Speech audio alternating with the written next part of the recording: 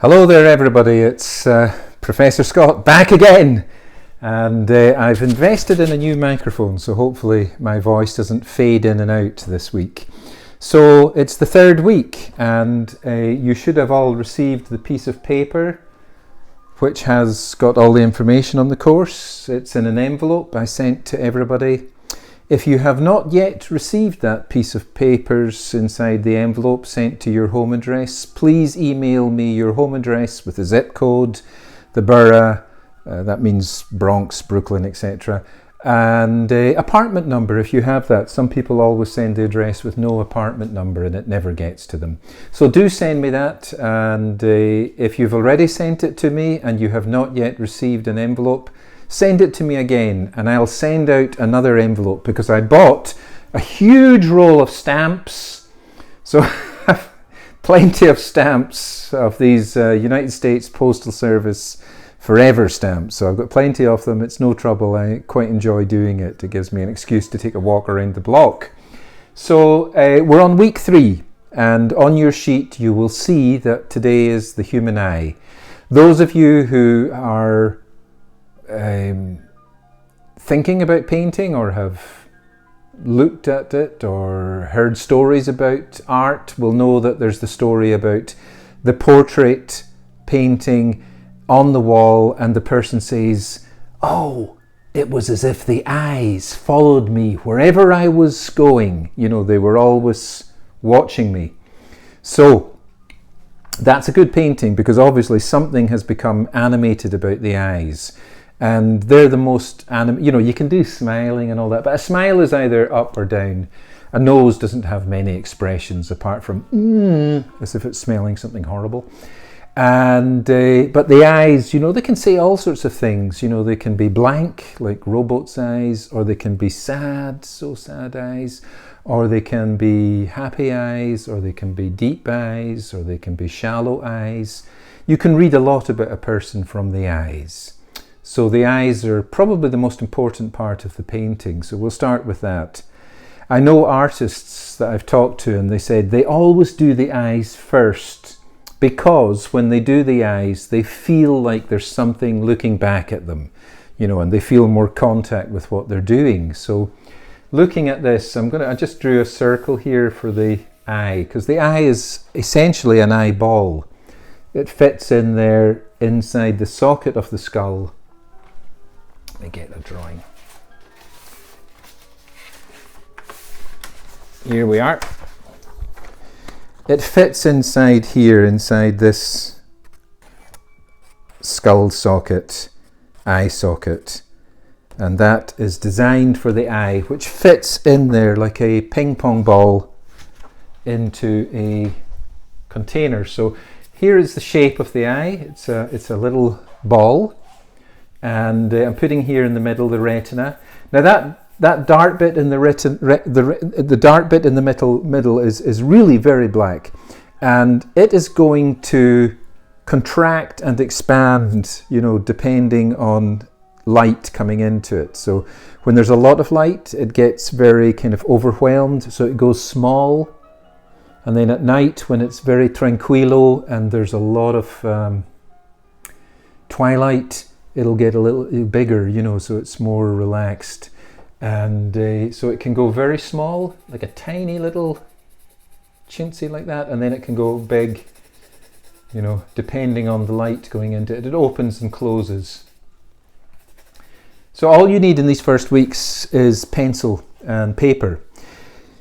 Those of you who've bought the art materials already, keep them there. We're going to be using them before too long. But at the beginning of the classes, we just work with pencil and paper.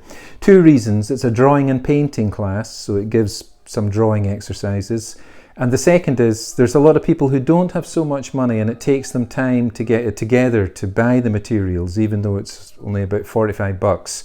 It still takes them time. And that's enough for the whole semester. So they need a couple of weeks or 2 or 3 weeks to get the stuff. So in that time, just a pencil and paper. So here we have it. It's there. And the important thing, to remember is it's a ball. It's a sphere, a round ball. And you're going to have the eyelid then, which is going to curl round it. So it kind of expands round it like that. Can you see that? Okay, so the eyelid is kind of going there, so it gives a bulge. And here, down at the bottom. And there's these little bits at the edge here, these little tear ducts in the edge of the eye here, so put those in. They're kind of flesh coloured. And I'm going to do the eye lid here, a little thicker here, so you know the sense you want to get is you don't want to have a flat eye that looks like this, you know, like a child's drawing. Bang, 1 line, 2 lines, 3 lines, 4 lines, you know, there's an eye. You're wanting to make it, you know, an adult drawing with 3 dimensions and something that you would go to look at in the art gallery. So with those eyelids, they're folding around so they have that slight bulge, and if you put a little shadow underneath it there, it gives the sense of the skin being slightly apart from the eyeball.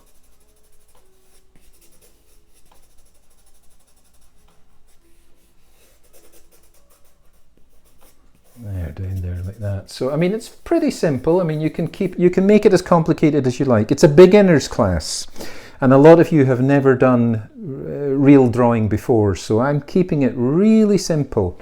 So basically, you've got just a couple of things to do this week, is to draw an eye, you know, and there you have it. It's a round ball. It's got the retina in the middle here, eyeball, and then you've got the curling side around there, you know. So I mean, I'm doing it very quickly here as a demonstration.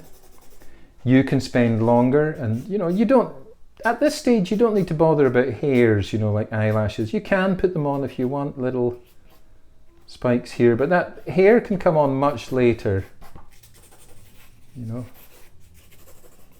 But you can if you want to, if you feel it needs to make the thing more realistic.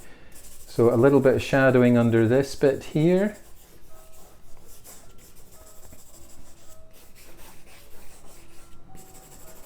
Make that darker. That's really a very, very, very dark piece there in the middle of the eye. You want to make it dark.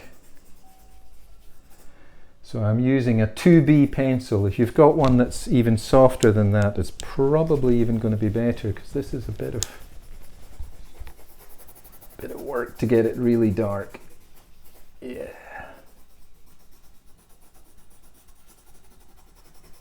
That'll do it. Don't want to go crazy. So there it is, eyeball, and then the eyelids curling round it, so it gives it that bulging feeling that it's coming out at you. And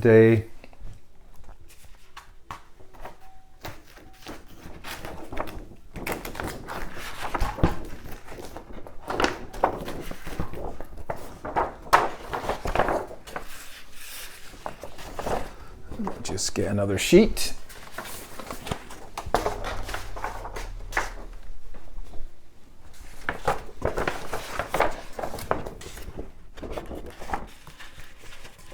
Here we are.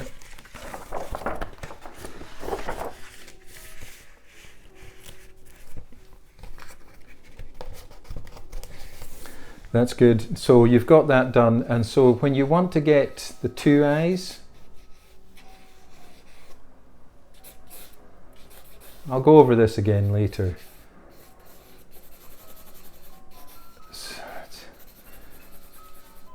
So when you want to get the space for the eyes, okay, to get the 2 eyes correctly done, because a lot of people put eyes, they put them right together like that, which looks crazy. Or here's the side of the head, or they put them so far apart that you've got one eye at one side of the head and you look like an alien. So you want to have the eyes the correct spacing. So take that measurement of that eye, okay. So I've done that. That's the length of the eye. I take that measurement and I make that there. So that's the same distance as that eye. And that is where I start the other eye. Okay. So it's this length. That's the width of the eye. and then I take that same width and I put it there, and that's the width of where I start the other eye. So, okay.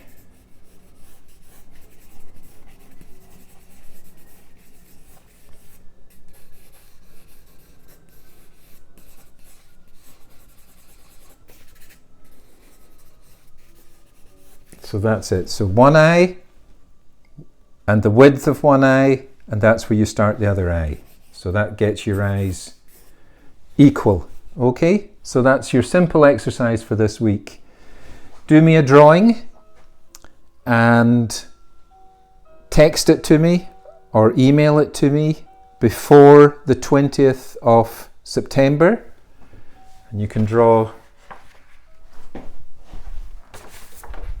single eye, and you can do a quick one of showing the space between the eyes. So it's that distance, and then take that same distance apart and then start the other eye. So it's 1, 2, 3. So that is like 3 eyes apart. Does that make sense? If you can't understand that, just text me or email me and I'll go over it slowly with you.